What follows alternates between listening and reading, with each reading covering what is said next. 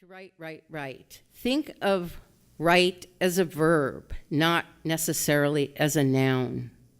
Think of what is in front of you when you make that decision, because at some point it is a decision, even if it takes you over. You have to tell it yes or no. You've had a temporary respite from the world, the fast-paced world, that doesn't necessarily lend a sympathetic ear to the pursuit of art. The only test that you've gotten in the last 2 years, I suspect, I know Eric Olson gives tests, but I don't, and I don't know any of my colleagues other than Eric who do. But the only test that you've gotten really is a test of your stamina, and that will be the test for the rest of your lives. So please write if you absolutely have to. Remember how Hemingway felt about it. It's easy, you just sit down and open a vein. So if you don't want to do that, then don't write. If you want a stable life, don't make art. People wish to be settled. It is, Ralph Waldo Emerson says, only as far as they are unsettled that there is any hope for them. So before you really have to make that decision, I want to welcome you to be the architect of your lives, whichever way you take them. And know that if you want to be the blueprint and create the blueprint for your life, that you can create your own world through art. So please welcome our first, we'll have 5 artists reading, and I want to say before I step down that we're having a reception in the Writer's Studio, 195 DeHaro, and there are instructions, I believe, on the back of this flyer. And please join us after the reading for the reception. So I'm going to introduce our first reader, Andrew Bofill. And the introduction was written by Cameron Sanchez. And what we'll do is each reader will introduce the next. So Cameron writes, my relationship with Andrew stems from our shared love for cinema. It only makes sense to introduce him as if he were a movie himself. His film would be dark, full of misery and self-doubt. Andrew, did you approve of this? Oddly, it's a comedy. Technically, nothing is in focus, and reel 3, oh my, is mysteriously missing. But you're still interested and you continue watching. By the end of the film, you don't get any explosions, clever closing remarks, or a Top Gun sex scene, but you can't resist talking about it on the ride home. Released by Chapter 7 Films in select theaters, I present an Andrew Bofill production. Andrew?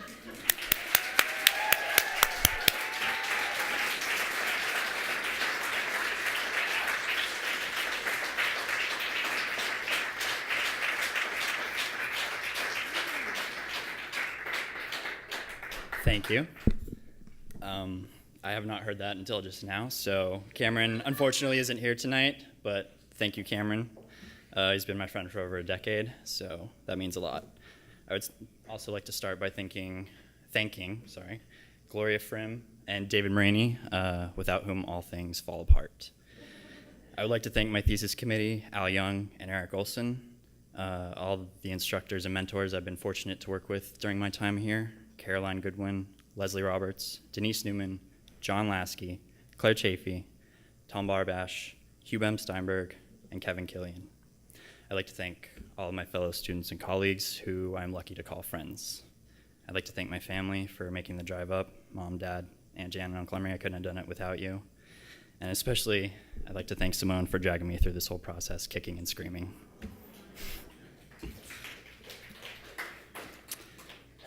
So the piece I'm going to read for you is the second half of a short story called Bait. And just to catch you up, the first half takes place in 1986 in Colorado Springs, and The narrator and his brother come across a junkie. This is the dark part. So a narrator and his brother come across a junkie dragging a pit bull by a barbed wire chain, and he's going to sell him as a bait dog to a dog fight. So they beat up the junkie, and they take the dog. So the second half takes place in New York City in 1991. I'm sitting here on the corner of East 7th and 2nd Avenue. The lunchtime air is heavy with car exhaust and yellow windblown leaves, and honking and shouting and spitting, and the smell of dirty water hot dogs and roasted nuts and greasy halal food from the street carts. Satan is the dog's name. Satan is asleep next to me on the pavement. The fur around his neck has completely grown back, except for a few permanent pink scars. His muzzle's gone almost completely white, so the patch of Idaho now includes the western half of Montana and some of Oregon. He limps a bit now if he runs too much, which he rarely does. So I'm sitting here talking to this old couple, old New York, like Brooklyn Dodgers old, Mr. and Mrs. Pardo. She's paper thin and starting that forward lean that eventually becomes a permanent hump, but he's still pretty sturdy, back up straight, always walks with one hand in the small of her back and a half of a fat cigar in the other. They live nearby and bring food for Satan and me sometimes. I still have my old bomber jacket, but not my buck knife. I have the .38 too, never keep it loaded anymore though. But this old couple, they give us food and tell me stories sometimes, or he does, while she pets Satan, who doesn't mind either of them. Still afraid of most people, though, he stretches out his neck and closes his eyes and lets the lady reach down and scratch him with her long, lacquered nails. So they tell me stories about old New York and their families coming over on the boat and all the bad shit that still happens in Alphabet City, and I tell them stories about the Springs and our travels. I don't tell them about Cud, who's the junkie, but I tell them Satan was in bad shape when I got him. I don't tell them it took a year to get him back up to a healthy weight. I tell them I dropped out of school to work putting up drywall to pay for Satan's vet stuff. I don't tell them it's been 3 years since Beans got wasted and wrapped the Chevy around an Engelmann spruce. I do tell them it's been 3 years since me and Satan left Colorado, except the part about leaving Uncle Wade to deal with Dad while he drowned himself in booze. I tell them about the rails, some of the different routes me and Satan took across the country: Burlington Northern, Canadian National, Union Pacific. I tell him about some of the people I met in my travels: the station agent who let us crash on his couch after he caught us in the Greenwich Yard, the fat Texas biker who invited us to his house to shoot guns and eat barbecue and turned out to be crazy racist, the one-legged banjo player I shared a car with on the Louisville Short Line. I tell them about all these people, but I don't tell them about Maggie and Helen. I don't tell them it's been 2 years since Satan and me jumped into an open BNSF car in Santa Fe, Maggie already there in the corner, trying to look like a freight bundle under her sleeping bag. She had long brown dreadlocks and wore tight black jeans and a ripped black t-shirt. She told me she was from Gibraltar and spoke with a British accent. I introduced her to Satan. He approached her outstretched hand slowly, stopped, sniffed at it a few times, then pushed past her hand and started sniffing her hair. Maggie pulled her dreads up to expose a small black and gray cat draped across her shoulders. The cat opened one eye to Satan, pawed his muzzle away, shut her eye, and went back to sleep. Mags had named her after Helen of Troy, found her as a kitten. We spent 2 months riding the rails together, and at night we'd lay our oil and grease-stained sleeping bags next to each other, and the four of us would curl up to keep warm, and Satan would lay where we could use him as a warm, if scratchy, pillow, and Helen would squish herself in between me and Mags, or occasionally we'd pool our busking money for a cheap hotel and steal all the soap and coffee and towels. When we parted ways, I handed her my knife, but I don't tell them any of that. So I'm sitting here talking to them, these old folks, the Pardos, him talking in his thick Brooklyn accent with his cinnamon cigar breath, and her scratching Satan's face like he likes, with long, slow strokes behind his right ear, when Mr. Pardo says to me, "We could take him." "Oh, now, Charles, why would you say that?" she says to him. "But we could. He's so old, so he won't be too much to handle," he says. "But I just can't," I say. "I can't." And the whole time I'm wide-eyed in non-fucking belief, and I don't want to yell at them like I do the self-righteous yuppies who try to shame me into giving him up or make snide comments about how it's cruel to keep Satan as a guard dog when I'm out on the street, because they have no fucking understanding of Satan and me and what we've been through and who needs who for what and who means what to who, because I can see that that's not what the Pardos are trying to do. But I can see the way Mrs. P pets Satan, see the way his eyes light up and his fat tail thumps on the concrete whenever they come around, the way he stretches his neck out for her without hesitation. "It's all right, son. It's just he's getting old, and he's a good, quiet boy, though he might be needing extra care soon. He needed extra care when Beans and I got him. I'm not angry exactly, but there's something else. It's just, We've been together a long time, I finally say. I know you care for him. Mr. Pardo really likes Satan, I can see that, but still can't bring himself to say his name. He continues, you're not like those other kids. You really want the best for him. We've talked a lot, he and I, about the other traveler kids on the Lower East Side, the ones in Astor Place and Tompkins Square Park, who look kind of like me and have dogs sort of like mine, but they dose them up so that they just lie still and don't cause any trouble when they beg passerbys for money to help their dogs. Then they spend it on dope or booze or whatever they can get their hands on and do the absolute bare minimum to keep the dogs alive. They call them bait dogs. We can give you money, maybe get you a ticket back home, Mrs. Pardo says. That's the last thing I want, but I can't help picturing Satan and the old lady on walks through the city, the two of them just graying and limping slowly down the street. I picture him sleeping on a soft, warm bed in a color-coordinated apartment, getting his head scratched around the clock. I think about us sleeping on cold concrete, in doorways, in subways, in parks, getting chased off by cops and shopkeepers. I imagine myself doing all that alone. I think about beans. I'll need some time, I say. Absolutely, Mr. Pardo says.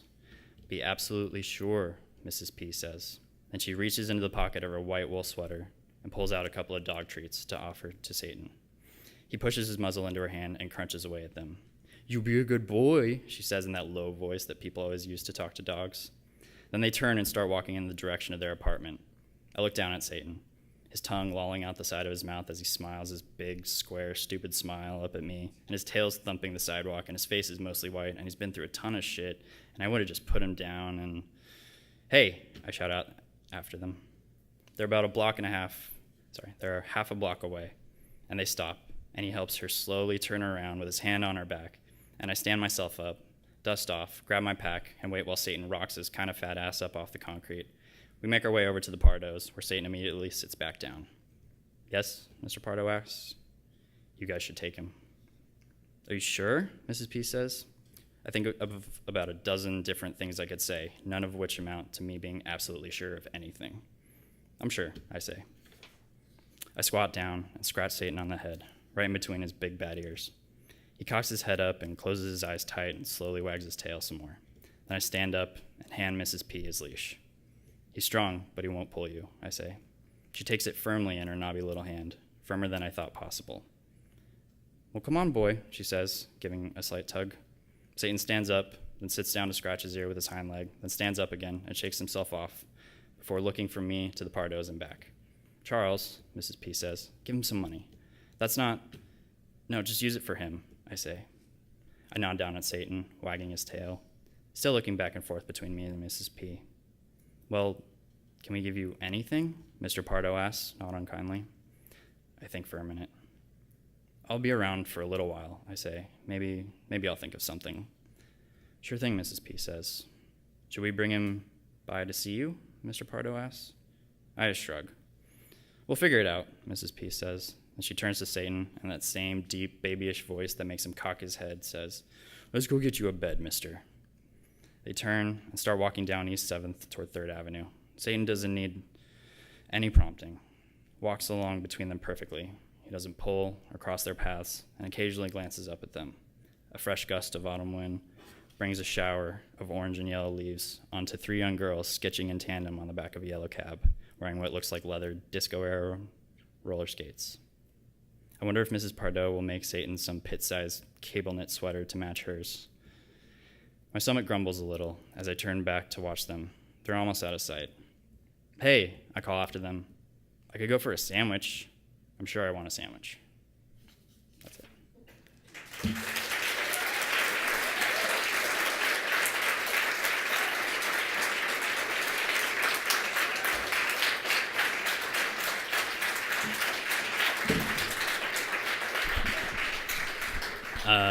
It is now my great pleasure to introduce our next reader, Miss Allie Chandler. And Allie's introduction was written by Summer. When I first arrived at CCA, wondering what creative writing education looks like, Allie casually mentioned that she used to teach creative writing. While I spent my first semester telling myself to take it slow since it's my first time, Allie did a novel writing month and wrote 50,000 words. While I shyly watched people at student readings, Allie became the director of the Grad Student Alliance and organized thousands of events. But I didn't have time to be intimidated because she was so damn nice and warm that we were friends before I even realized what was going on. And then I loved Allie. Her work, which varies from mystery novel to sci-fi short to lyrical poetry never cease to surprise me. Not only is it a pleasure to read her sentences full of color and light, but it is also inspiring to see her constantly challenge herself to work outside her comfort zone. As a dedicated reader and editor, her earnest suggestions, along with the encouraging smiley faces and hearts she draws on our manuscripts, has kept me revising for the better, even on days I want to just kill off all my characters and be done with it. So it is with my biggest smile and proudest heart I give you all the beautiful Allie Chandler.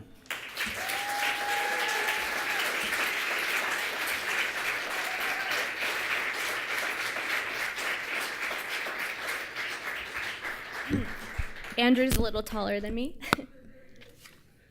Okay, so I wanted to thank a few people before I start, just for your support and your love in getting me through this MFA program. First, my parents who flew out from Michigan, Tom and Sally, they're here. And my fiance Lee is here, and his parents, Pat and Jim. I wanted to thank my wonderful professors, Tom, Amy, Gloria, Joseph, Shanti, Hugh, John, Judith, Al, Anita, Caroline, Eric, Anne, my brilliant classmates, my encouraging friends, thanks for being here. This piece I'm about to read to you is partway through a short story about a teenage girl named Bean. I think all you need to know is that her brother, Chad, is leaving for a space exploration, and it's called Breaking Ground. 2 days. There is a countdown on the side of the Apex building, days until the Mars launch. The sign was dusty green with a border of electric blue light bulbs, and it reminded me of Christmas, only it was July in New Mexico and approaching 100 degrees. The building's backdrop, the Hillsborough Butte, glowed shades of red and gray that mimicked an otherworldly sunset. Chad and I stopped in Uncommon Landscape, a kitschy tourist gift shop that always had the most interesting window displays.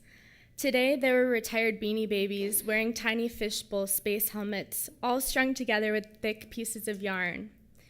Each had an American flag glued to its fuzzy paw or flipper.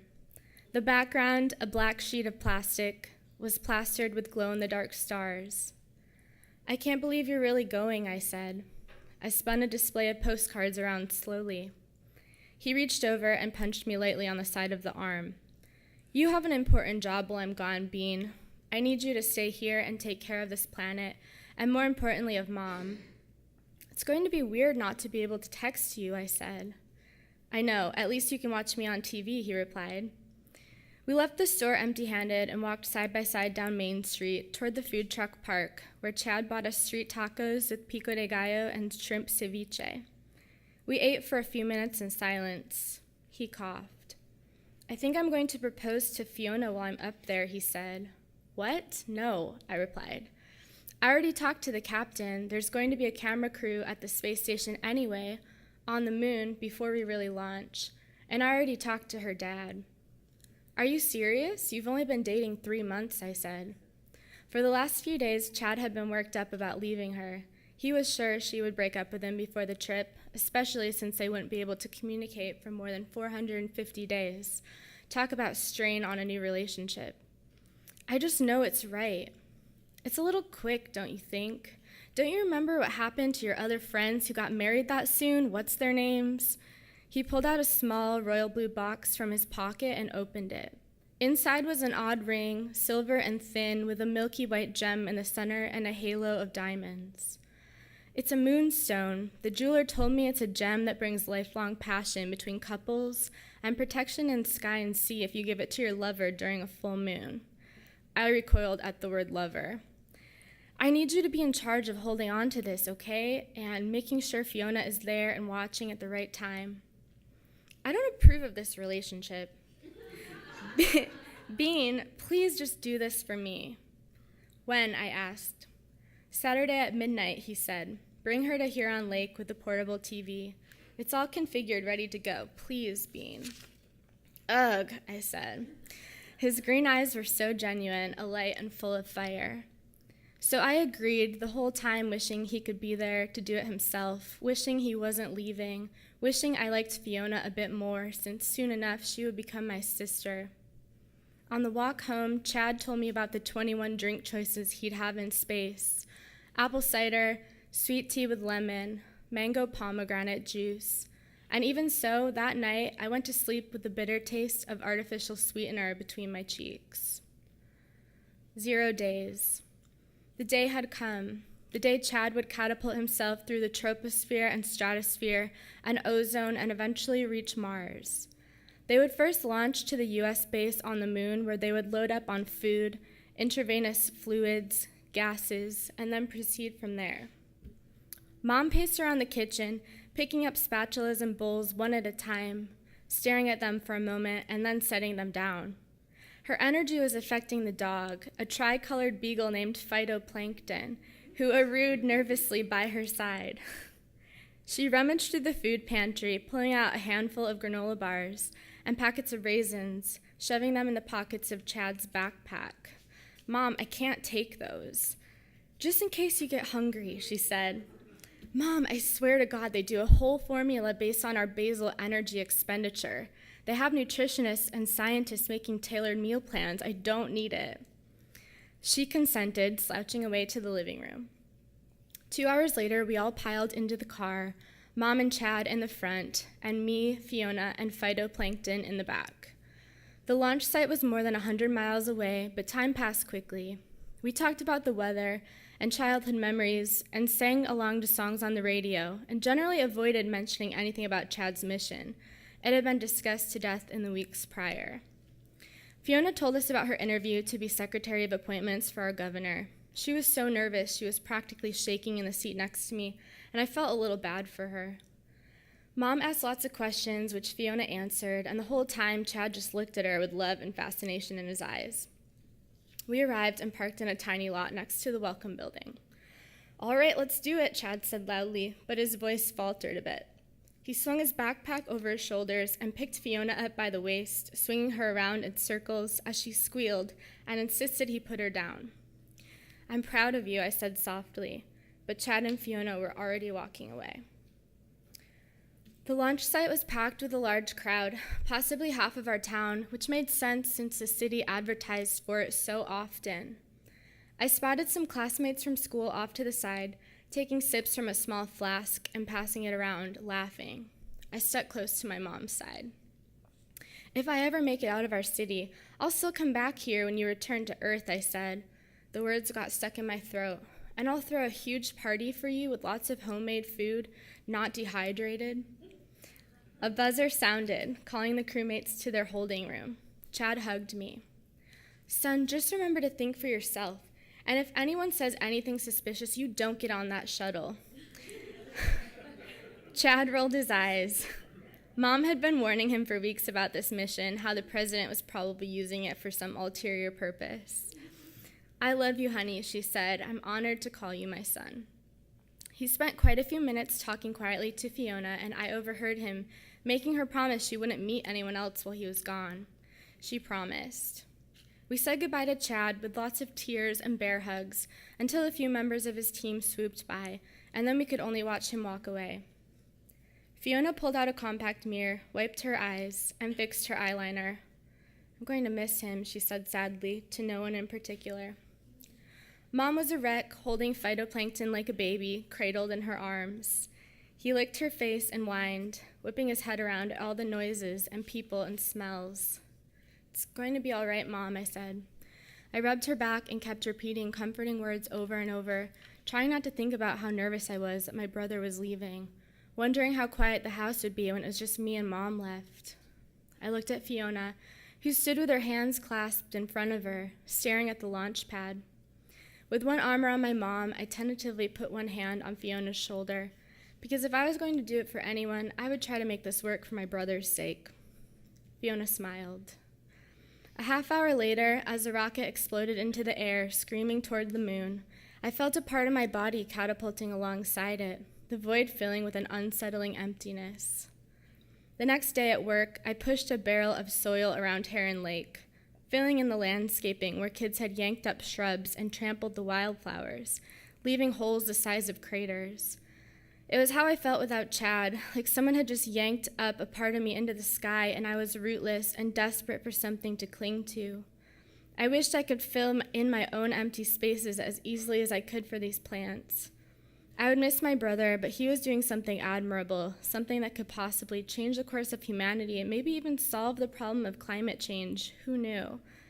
Maybe eventually we'd all be boarding rockets and careening into space to build a colony on Mars. What could I possibly do in my own life that would live up to his adventure? A family was perched on my favorite rock outcropping, eating tiny sandwiches and passing a big bag of pretzels between them. They looked swollen, sad, tear-soaked. I spotted a pile of paper plates and napkins nearby, walking over to pick them up, making up a scenario in my head for their situation. Why these people seemed so down. Maybe they had a family member on that rocket as well. As I stuffed the paper products into my garbage bag, the older woman of the group turned to me, gray eyes sparkling. "Thank you," she said, "for letting us enjoy this lake." I nodded, not knowing what to say, wondering why she was thanking me for the lake. But I felt a sense of pride, like I was doing something important too, allowing people to enjoy the earth the way it was now, embracing the beauty for as long as possible until the inevitable day we all had to say goodbye. Thank you.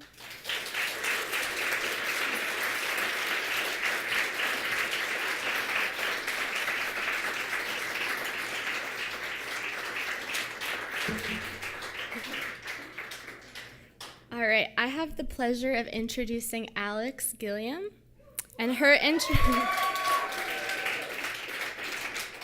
introduction was written by Melissa Ramos. When I think of Alex, I think of unlit incense. She is someone that carries strength so powerful that she doesn't need any outside flair to fuel her beauty. Alex is like strong, spiced, sweet tea in a round mug, warm and comforting. Her smiles and joy are equally uplifting. She's cheered me up more times than she knows with her happy hellos, always saying, "Hi, baby," and hugging me after. Alex is as gentle as a river's soft tide. Maybe I adore her so much because, like me, she is a water sign. But my admiration for her runs far deeper than the mandates of our horoscopes. What surprises me most about Alex is the honesty in her poems. I was impressed with her brash duality.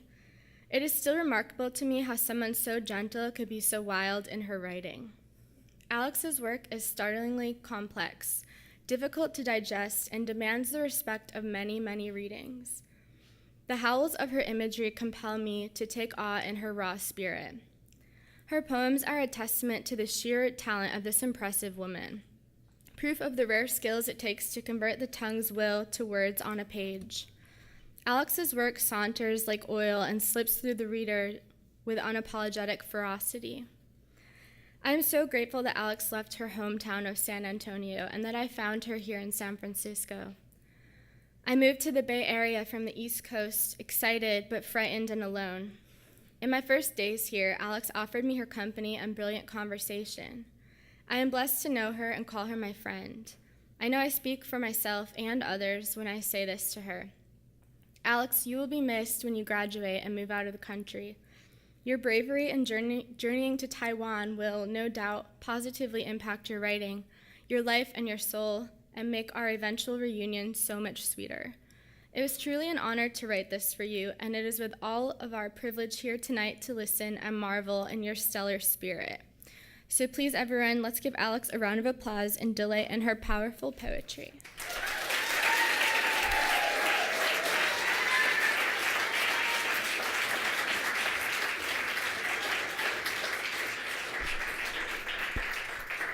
Thank you.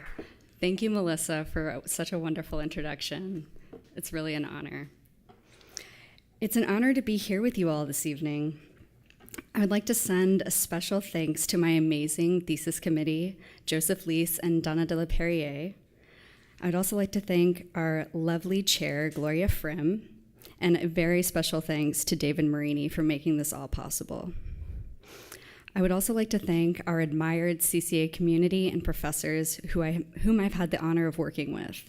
Denise Newman, Matt Shears, Dodie Bellamy, Kevin Killian, Tom Barbash, Caroline Goodwin, Juvenella Costa, Hugh Bem Steinberg, Judith Sarin, and Claire Chafee. Thank you all for your dedication and support. I would also really love to thank my family, and a very special thanks to Andrew Chow for all your love, dedication, and great home-cooked meals. I also want to thank my cohort for making this an experience of a lifetime. In April of 2010, a BP oil pipe in the Gulf of Mexico exploded 42 miles off the coast of Louisiana. In the 87 days it took to cap the pipe, 3.19 million barrels of oil had leaked into the Gulf. The Gulf today is still not yet oil-free. BP oil. Birds. I am putting shells on sand. I am hiding shells beneath the surface. I am sinning shells to sand, singing dust to the surface, singing specks of nothingness out of the sand, binding little leaflets, hot gluing specks of white shellbacks, holding flecks and letting them slide. I am painting the ground to existence. I pour my lip on the ground, folding, beating, covering existence, steaming, baking, frying existence. Imagine this, hanging earrings through your existence, clatter of birds through paint. I am undressing the sand, pouring each sand crease, each toe print, ballooning jellyfish, hanging black suit on a rusty nail, hanging mother's robe on a busted pendant, hanging books upside the shore, dancing space between my fingers. I am slim lights. I want to sleep your eyes, the burning dusk, the leaping dusk, the binding dusk.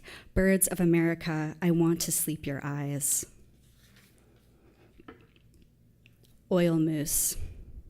Traditions, four-headed women, white, dichotomy, free, black, let it ring, fireflies go to her, and linguist two-step slapping the floorboards, dirt like ankle socks, praise the Lord.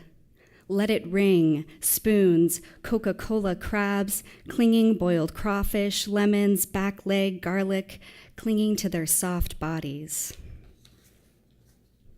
Oil-soaked birds. We sat on the back porch, snow cone headache, May, tortured light, look for my teeth in the fridge, salted tin, black and white panorama, graduating class, holding hips, mouthing light. Underwater shears. I was not born here. Tansy, root my city out from the ceiling, front porch hymns, and don't they know God got humbler in his old age? Testament, screech night, surface tongue. Beignets. The hand that dropped bulbs like petals, the hand that slipped past mother, picked bones clean, surface light.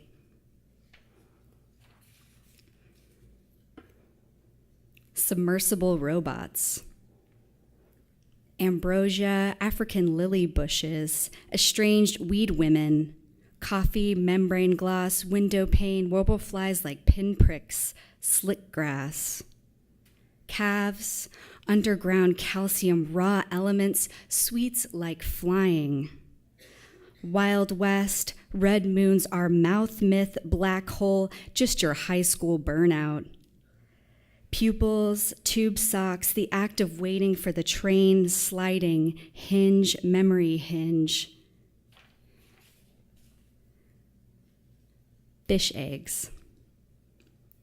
Pet names, knee-deep pothole your mind in the heel, boot, printing double-sided ebooks. Love when the waitress calls you baby, better than baby, sucking the ends of your fingers, single servings floating in your mug.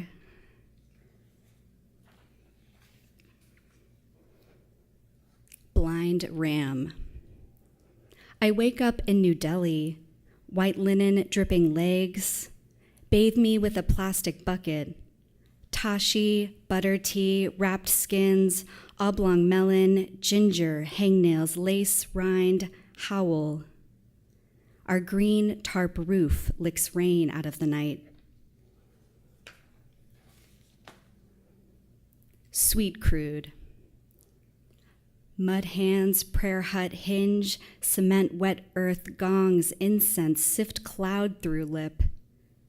Tap of a match against paper, legs folded hips beaming.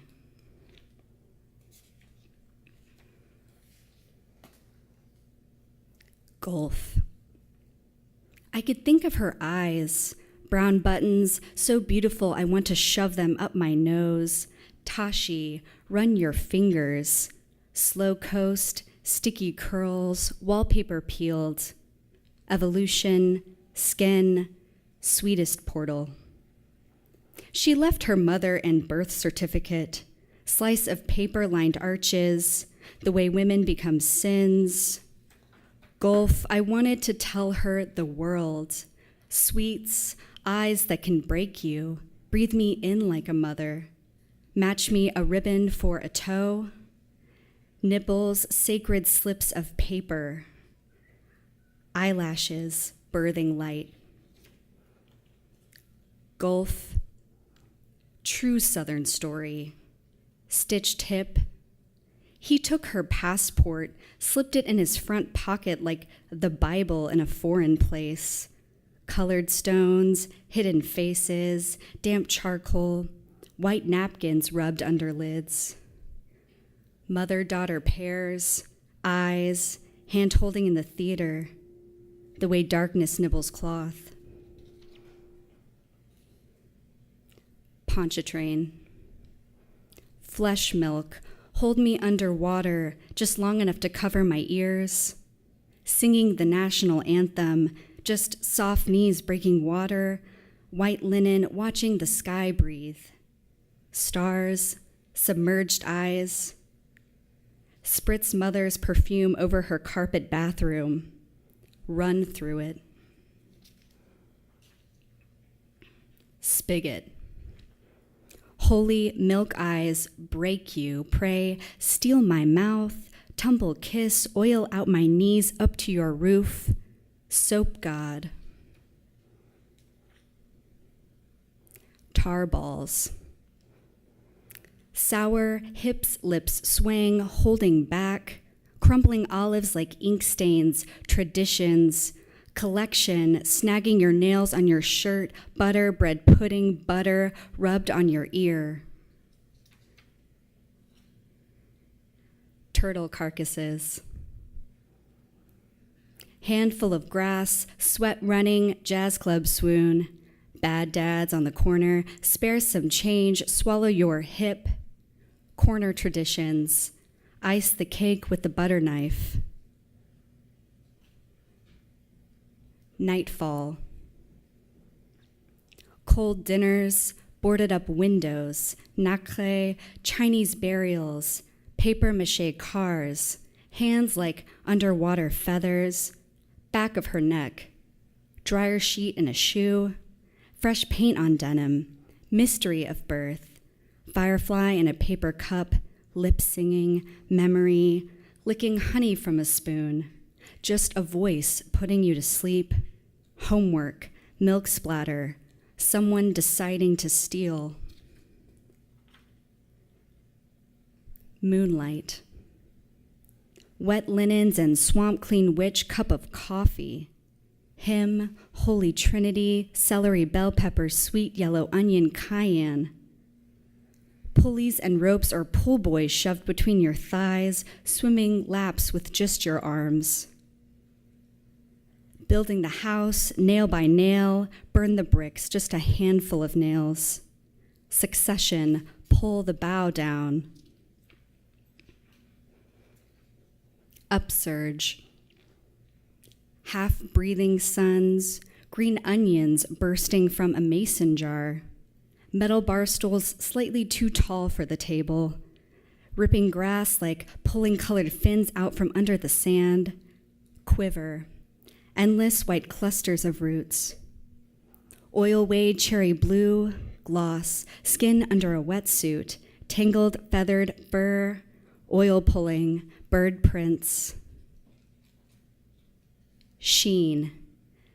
Tide, held breath, don't eat the shelf, dawn, spray me gold.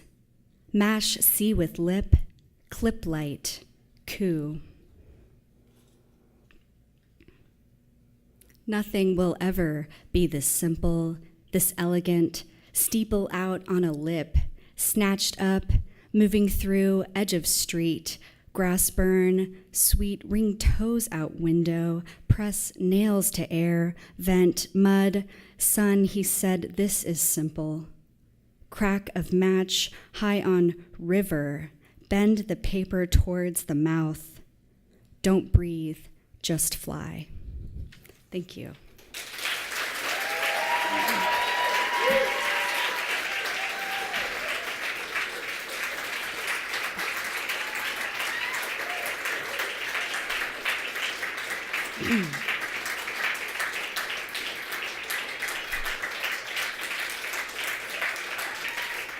Thank you. It is a wonderful honor to be able to introduce this talented writer and amazing friend, Bernice Freedom. What you might not know about Bernice is that her favorite place on earth is the mineral baths perched on the cliffs of the Esalen Institute in Big Sur. The thing she hates most about herself is her propensity to take on too much, because too often it means she has no mojo left for hanging out with friends. Some of you already know that the best thing she did for her career while at CCA was to do 2 24-hour design sprints and to intern at McSweeney's. The best thing she did for her soul while at CCA was take a painting class from Brian Keith Thomas and Chiyomi McKibben. That's now a lifelong passion for her. You might not know that Berenice's secret wish is that she were an animal communicator. And not just so she'd know what the hell her cat Zoe is thinking while she paws her face every morning at 5 a.m. But all you really need to know about Berenice is that she's extremely grateful you're here. Please help me welcome Berenice.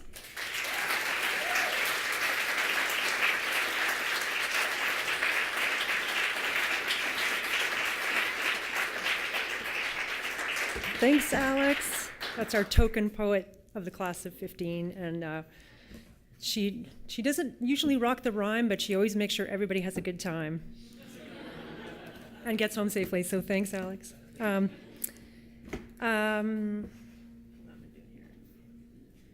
want to start with a few thank yous.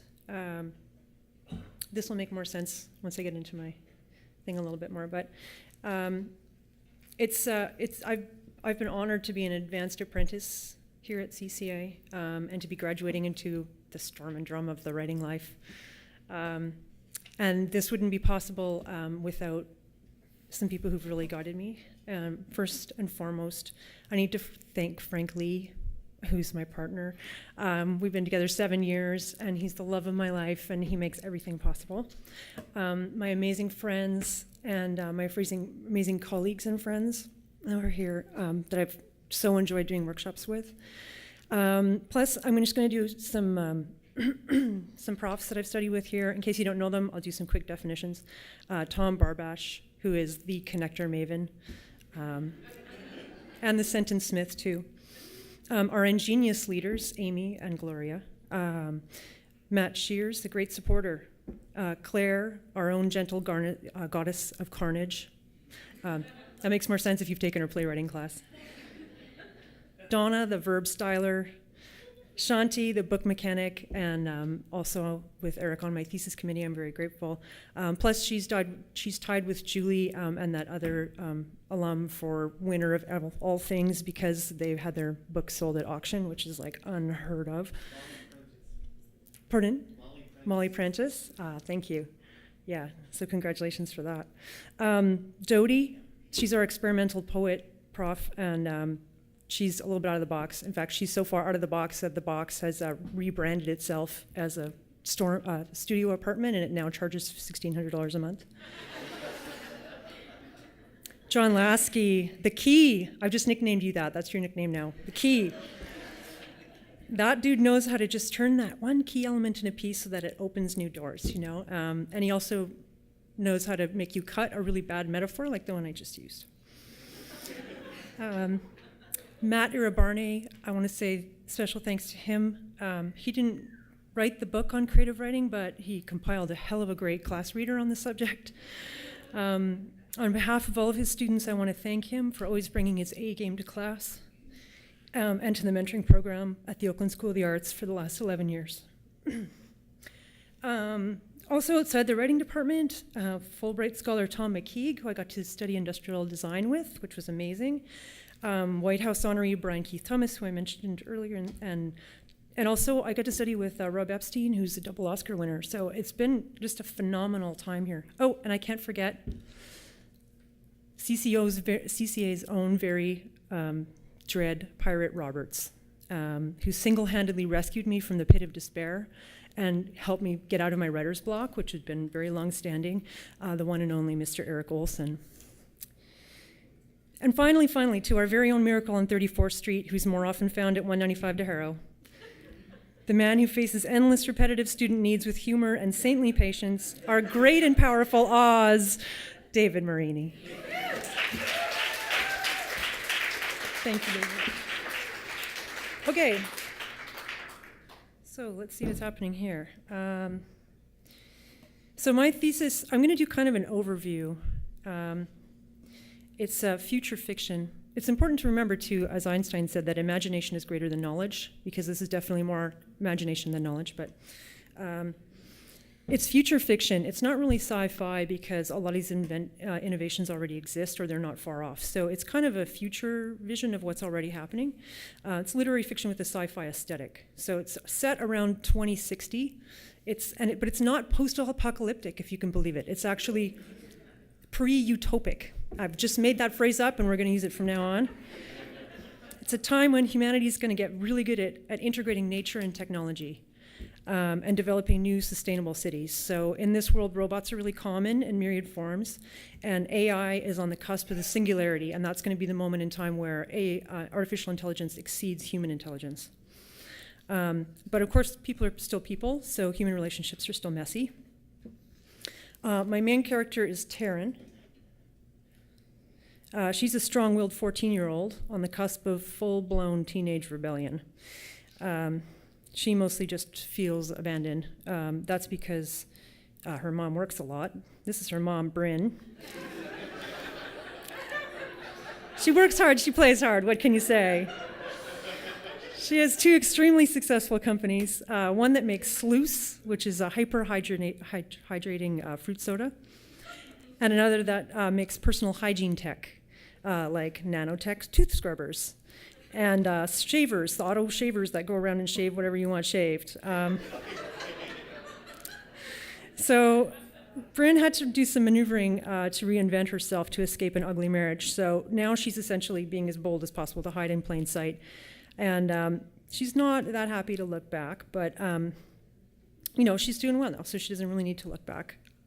Oh, and she also has, that's another thing that they make at one of her companies, some ultra-human new technology. She also has a hot robot boyfriend, Aaron. And he looks perpetually 23, but he's really starting to show his age with some weird software glitches. But, she's hesitant to upgrade him. You can see why, I don't know. He goes everywhere with her, which is not that common, but she's found it much more convenient to have a companion bot that's programmed to interpret her needs than, a normal guy. So, she, it's the way she rolls, So, and I tell you, it's programmed really well. There's a scene in there that I'm not going to read that you have to get the book for that one. So anyway, this is why Bryn finds it much easier to manage her daughter Terran's behavior using tech, which just makes Terran better at managing tech. This is Terran's butler bot, Mms, named after the sound he makes when he rolls around. And Terran has figured out how to hotwire him, and it's been making things really interesting at home lately. So the story begins with Jake, who's this mysterious dude. He's emotionally volatile, and he's also dead broke because he spends everything he has on his virtual reality habit. He goes to a company called Desire Inc., And he can spend time there with a very convincing simulation of his wife, who actually died during the big earthquake in the South Bay in 2044. So it's 15 years ago, and he's having some issues with closure. What he doesn't know is that one of the companion bots who works at Desire Inc. Has evolved beyond her programming restrictions, and she has plans for Jake that go way beyond what the corporation should allow. So, I'm just going to read two really compressed scenes.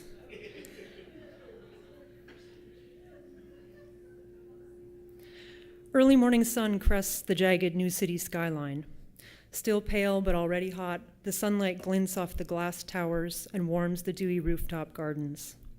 Pedestrian bridges that connect one building to the next are lined with fruit trees and flowers, and vegetable vines cling to staggered tower balconies rising 30 stories or more. At ground level, people move through the last of dusk shadows as the multi-use skyscrapers transition from live spaces to work spaces. Early risers run or join clustered groups for movement and breathwork in the community zones that surround Central Pond. Those already starting their work days walk or cycle or climb spiral stairwells to elevated e-cab platforms. These long railway bridges squat like 8 monstrous concrete geckos whose tails are fused at the tips, aligned to bring trains in to merge at Central City Station. At intervals along these lines, trains break apart into autonomous, fully charged e-cabs. These zip down ramps to join the chaos of driverless vehicles at ground level that shift and flow like schools of tiny fish in perfect, system-controlled synchronization. On platform 7, slumped on a bench like a giant broken doll, Jake Adijay startles himself awake and glares at the strangers who, in turn, look down on him, roused from their thought link feeds by his sudden violent re-entry into life. He swipes the nightmare's residue off his face and rises to his full 6'6". The platform isn't busy this early, maybe 30 people, but none of those heads turn as Jake steps up to the check-in kiosk and swipes his wrist chip across the scanner to re-enter his destination request. As he watches the iridescent white trains glide in noiselessly on recharging rails, he tries to calculate how many rides he slept through and how many hours of pay. Scrubbing a rough finger across the tickling nanobots that badger his gums, that damn first-generation technology he has to pay to have removed, he sits back down to watch the linkers, whose focus mostly is turned inwards to off-site communications. Heads bobbing subtly or twitching or swooping in abrupt gestures, they're totally unconcerned with how insane their thought-link commands look to anyone outside the feed. But he's the only one who ever sees anything outside the feed, that he ever sees outside the feed, except in his dodgy neighborhood where no one can afford the latest in personal tech, except those who use old stuff intentionally since it makes them harder to track. Jake sits back down and buries his face in his hands to brood. He knows he shouldn't let himself enter a worry cycle, but he just can't seem to interrupt it. Seconds or minutes later, he recognizes the happy-go-lucky soundtrack of a nutrition bot and jolts to find it waiting in front of him. It smiles and blasts his collarbone with a fingertip laser scanner. Now paused and working to analyze his body composition, the robot gently bobs, bent arms seesawing happily to the beat of the music coming from its head, which seems to have suffered more than one serious dent in its life cycle. Jake sinks back into his seat, mortified that a citizen support bot would mistake him for a squatter. Does he really look that rough right now? The bot extracts a frothy red juice from the hatch in its chest. "Ready just for you," it tones. "Scram," Jake replies. "It's apple beet and carrot to tone and rejuvenate your liver, a master cleansing organ. If you do not consume it," Jake number 9234, citizen support will not be unable to offer you care services should you require them in the future. With a glance around, Jake grabs the cool red juice and feels his body gulp it in. "Be mindful, it can stain," the bot chitters gleefully as it watches him drink. Okay, so let's move now to a later scene with Bryn and Terran. Terran has made, let's just say, some very questionable decisions that may involve identity theft and actual theft and imbibing various substances. And so anyway, it's brought them together because Bryn has had to come get her at school, which is something she hates. She figures that's what bots are for. But in the car, they've had this moment of connection, which has been extremely missing. It's been rare, and it's been missing, and Terran has really missed it for many, many months now. Because Bryn's, she's been kind of a handful, and Bryn's been sort of avoiding her. So Terran really feels like this moment where they've had this touching caress, and they've both been crying, and Terran's hoping that this is, the sign that things are going to get closer between them. And then she realizes that Bryn has taken her here. The crying cafe is half full. Tissues wait on every circular, soft-sided blue table, encircled by padded banquettes which are embedded into the floor. Opaque white drapes on circular rods hang bunched at the back of each station and are pulled closed at 2 tables where the indulgence has become embarrassingly effective. The host escorts them to a reserved table at the back. It's tiny. Mother and daughter exchange a look. The more deluxe it is, the smaller, because it brings inhabitants together, he explains, helping them step down into the recessed sofa. As he positions their cushions for optimal comfort, Terran tries to glare a hole through her mother. What are we doing here? First time? Bryn asks, studying the drink menu.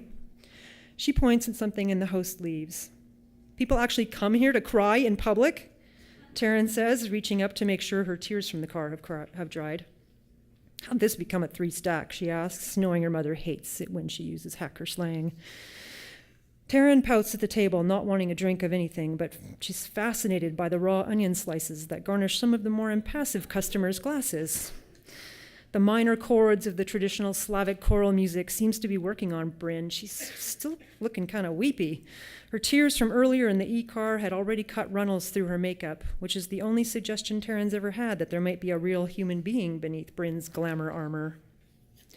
Worse, as she watches her mother resume crying, Terran starts to genuinely feel bad for her. Her, Bryn Preston, the most selfish mom on terra firma. Terran starts to feel terrible for all these miserable people, all these women and that one guy over there, who sit shaking and sobbing, or delicately daubing their eyes, or babbling incoherently to friends who hold them at arm's length and nod with great concern.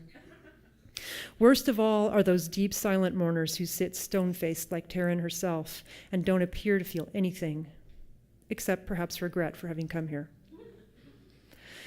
The waitbot brings Bryn's outlandish aquamarine drink, and then, seeing Terran's sadness is refusing to play, strokes her arms and cheeks reassuringly, then hands Terran a fluffy, off-white comfort vibration bearer, and cranks the soundtrack at their station, a grieving melody of cellos topped by a soft and spectacularly heart-wrenching duet of angel voices.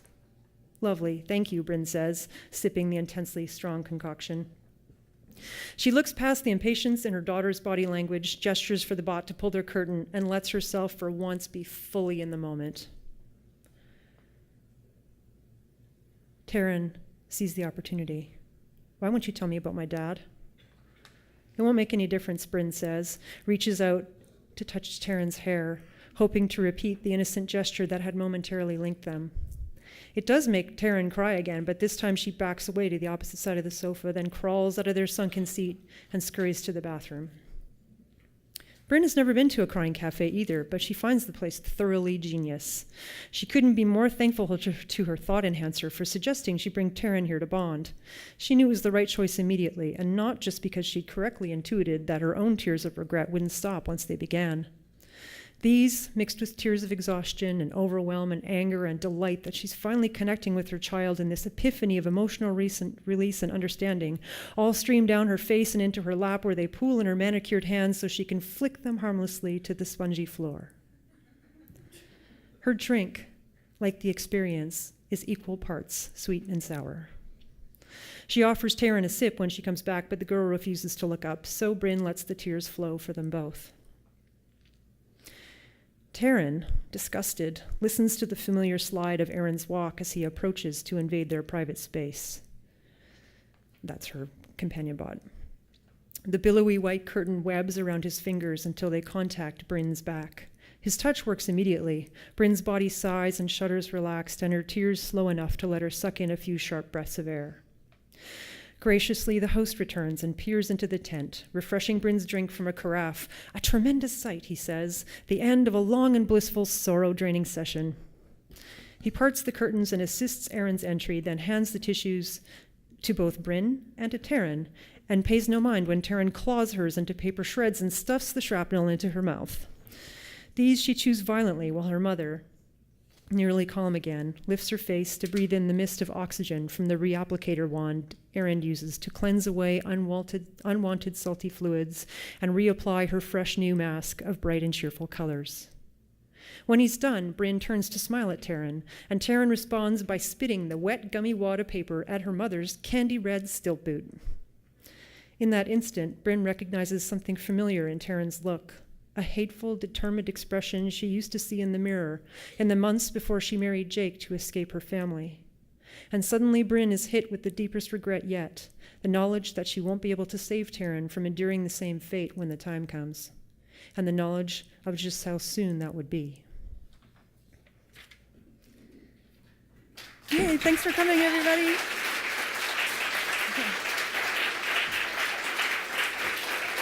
All right.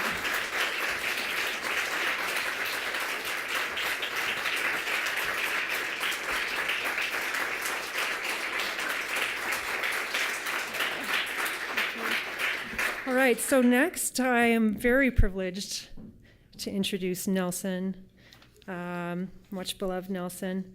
This was written by Ali Chandler, who is up second tonight, so here's Nelson. The first time I heard Nelson read, I was sitting on a folding chair in the writer's studio. We hadn't taken any classes together or even spoken yet, so I wasn't sure what to expect as he approached the podium. He absolutely blew me away with the most beautiful poems full of lush imagery and insight beyond his years.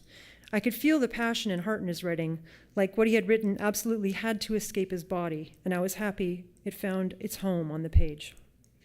As a writer, Nelson is captivating. He seamlessly captures the beauty of nature, sometimes the Philippines, sometimes Hawaii or other places, the complexities of human relationships, the intricacies of the world through specific detail. He boldly confronts weighty ideas of death, cultural identity, and the struggle of finding one's true self, but does so with beautiful poetic prose and subtext, luring us all along until we arrive at the end of his story or poem and are left longing for more and more of his writing. Nelson's work always transports us to somewhere invigorating. His prose is fresh, honest, and cleansing. I'm reminded of a piece he wrote in Al Young's Cool, Bittersweet Light class, which summarizes the feeling readers must have after devouring Nelson's words. There on the beach, the salt breeze and sea mist steam cleans my sinuses. Inhale the ocean and exhale the sky. Nelson.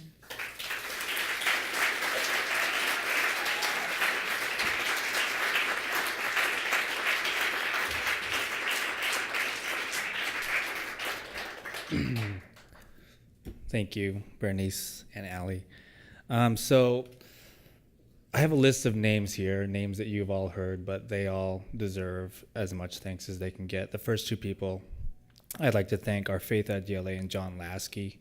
The two of you have been the fiercest critics and the earliest advocates of my work, so thank you very much. Next, I'd like to thank Amy Fawn for being the one to call me on the phone 2 years ago to offer me the chance to earn my place on the stage here tonight.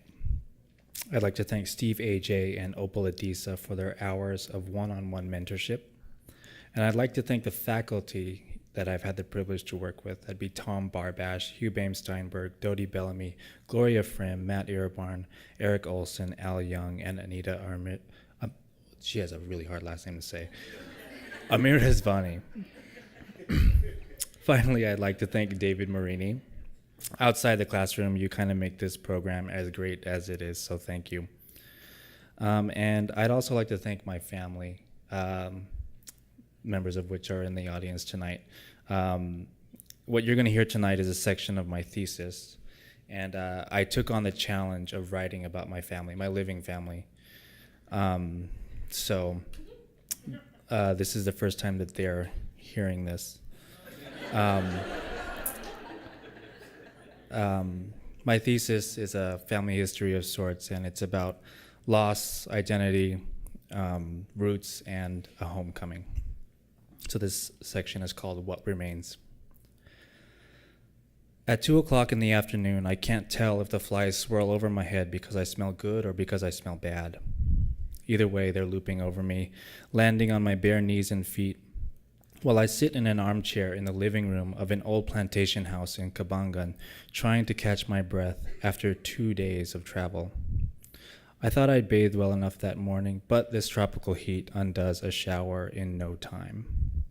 Sweat dampens my neck and back, and has done so since just after sunrise.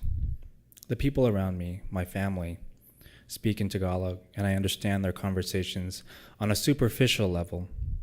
I recognize every third or fourth word, but the quick language sounds rushed and hollow like falling bamboo.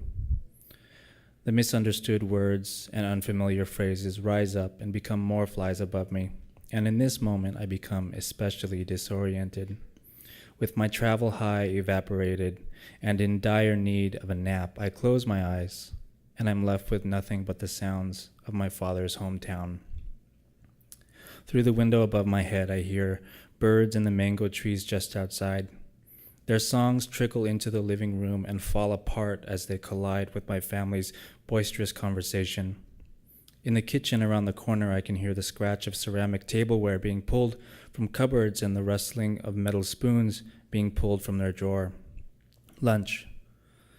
Down the lane, the lady with her basket of fresh crabs walks gate to gate calling, "Alimango, alimango," and like long M dashes breaking up the tiny sonic phrases of provincial life, wines, the passing buzz of a passenger tricycle. In the sauna of all this noise, I hear my father's voice through the steam. "Tired?" he asks, like he has plans. I open my eyes and see he's standing in front of me, looking rested and fresh. "No," I lie. From California to Guam to Manila, and finally to this tiny barrio in the shadow of Mount Pinatubo, an airplane, a cramped van, 2 stiff mattresses, and a hard tricycle bench. These were my opportunities for restful sleep, and I'd failed to seize them. "Come on, I want to show you something," my father says. We walk out the front door into the equatorial afternoon. The main house and 2 smaller cottages face inward on 3 sides of a buckling concrete slab, cracked and crumbling along the edges. The uneven concrete serves as a driveway/courtyard, in the middle of which stands a middle-aged mango tree. In the low-hung branches, a lazy blue-eyed cat flicks his dangling tail. We walk around the main house to a pair of long bean trees and a fence marking the edge of the property. "I want to show you your great-grandfather's lands," my father says to me. "I thought we were already on it," I say. My whole life, I've been told about my great-grandfather, the judge, the plantation owner, the richest man in Cabangan. I came to the Philippines this time, my second time ever, to see what remained of his legacy, the legacy that was dismantled practically overnight by my grandfather. By the time I knew any of it had existed, it was nothing more than a family legend, as was its disappearance. "We are," my father says, "but you can't see all of what it used to be from the house." We bend under a broken section of fence and start down a dirt road that leads south away from the home. Around the old plantation house that I'd just been in are smaller lots with newer homes made of cinder blocks and corrugated tin, each with their own mango trees and bamboo patches, wide enough for a truck or maybe a cart drawn by 2 carabao. The dirt road slices through the backyards of these neighboring homes. On either side of us, people move about in their yards.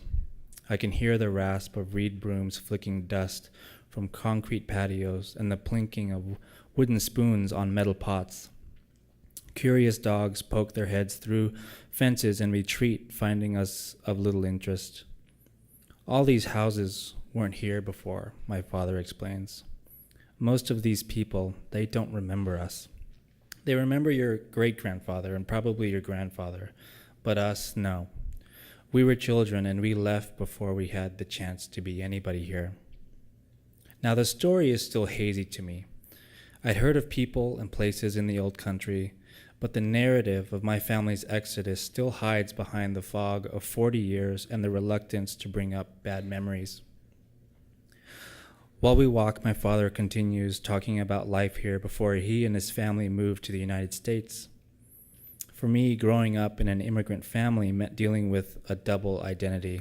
I'm an American, yes, but alongside that culture is always the culture of home. The culture my father and his family brought with them from the land I'm standing on here in the Philippines. I'd grown up taking my parents' legal U.S. citizenship for granted, but today as I walk with my father down this dirt road, listening to him speak of the life he lived long before he called anywhere but this flat patch of farmland home, I come under the weight of the fact that my father's homeland is not my own.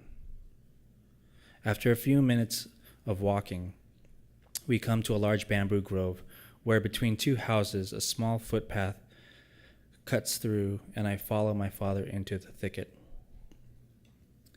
The green and yellow stalks tower over us, and before long I cannot see where we're going or the way we came in. Deep in what feels like the heart of this thick patch of rampant bamboo, my fatigue makes me ask, how much further? We're here, my father says with satisfaction as the bamboo opens to a bare field. I stand next to my father on a fallow swath of land bordered by fences and trees. I resist the urge to say, "This is it?" But my father lets me know anyway. This is it, son. As if trying to telekinetically push the edges of the field outward with his palms, he motions to some way away distance in the south, and then oceanward to the west, and finally to the north. All this, son, all this used to be your great-grandpa's, he says while sweeping both hands outward, smoothing out a wrinkled horizon. He points out the acreage where once stood thousands of palms laden with bulbous coconuts. He points out the lands in the south where my grandfather, the same one who would pick us up after school in his blue Jetta, decided sugarcane was the crop of the future. I realize the land he's pointing to is hundreds of yards away, and the scope of things finally registers. The field we're standing in is but one of hundreds that made up what used to belong to our family. My father points to the north toward a road half a mile away that I'd seen on the way to the house, then to the south toward a line of trees a quarter-mile away. This was your grandpa's half. His brother's half is on the other side of that road. Some of this could have been mine. Some of this could have been yours. Today we're technically trespassers, but only a tribe of grazing goats seems to notice. I can feel the weight of my earlier epiphany about the fundamental difference between my father and me lessen as this land of myth becomes real in my eyes, and I feel the lift of new insight. The plane tickets that brought my family across the Pacific Ocean on July 4th, 1975, were paid for in coconuts grown on this land. I'm tangible because of the bounty of this place. This land where I can't drink the water, where I can't understand the language, where I'm a stranger. This land that is not my homeland is in a real way responsible for me. I'm made of my father, and he's made of the mangoes and rice and coconuts whose roots once kept this dry earth from sliding into the sea. This dry field in the country gave life, my life. I wonder how long it took for the palm roots to wither away after the trees here were cut. After 40 years, I wonder if a single root strand still remains. Thank you.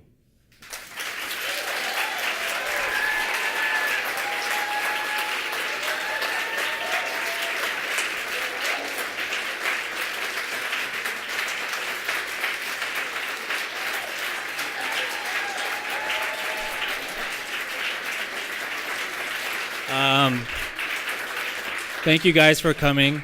The five of us really appreciate that all of you guys took time out of your day to be here and to listen to us read. And I just want to remind you, we have a reception at the Writer's Studio. So if you just look into your playbills or follow some of us over there, there's food and drink for all of you. Thanks.